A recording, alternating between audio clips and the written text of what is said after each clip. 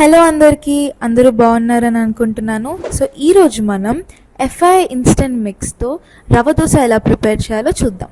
1 cup instant rava dosa mix వేసుకోవాలి. 2 cups నీళ్ళు. Water consistency మనం కావాలంటే పెంచుకోవచ్చు.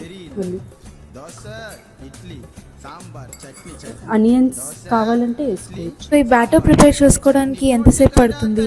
ఇది జస్ట్ ఒక 10 minutes నాననివ్వాలండి.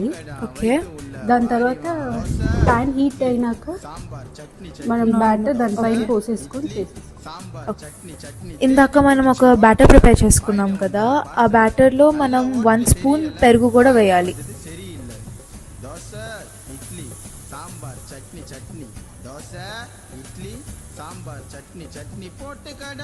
సో మన వేడి వేడి రవ దోశ రెడీ.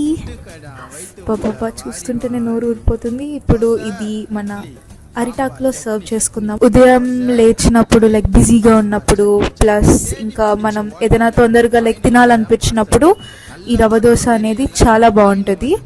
ఇప్పుడు చట్నీ, మన పుట్నాల చట్నీ మిక్స్ ఎఫ్ఐ వాళ్ళది తిందాము.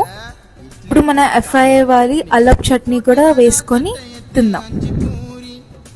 పాపా ఎంత బాగుందో చూడండి. ఇది చూస్తుంటే నాకే చాలా నోరు ఊరిపోతుంది. నాకు తెలిసి మీకు కూడా నోరు ఊరుతున్నట్టుంది. సో ఇంకా లేట్ చేయకుండా మీరు కూడా www.fihomefoods.com వెళ్ళి ఆర్డర్ ఇచ్చేయండి.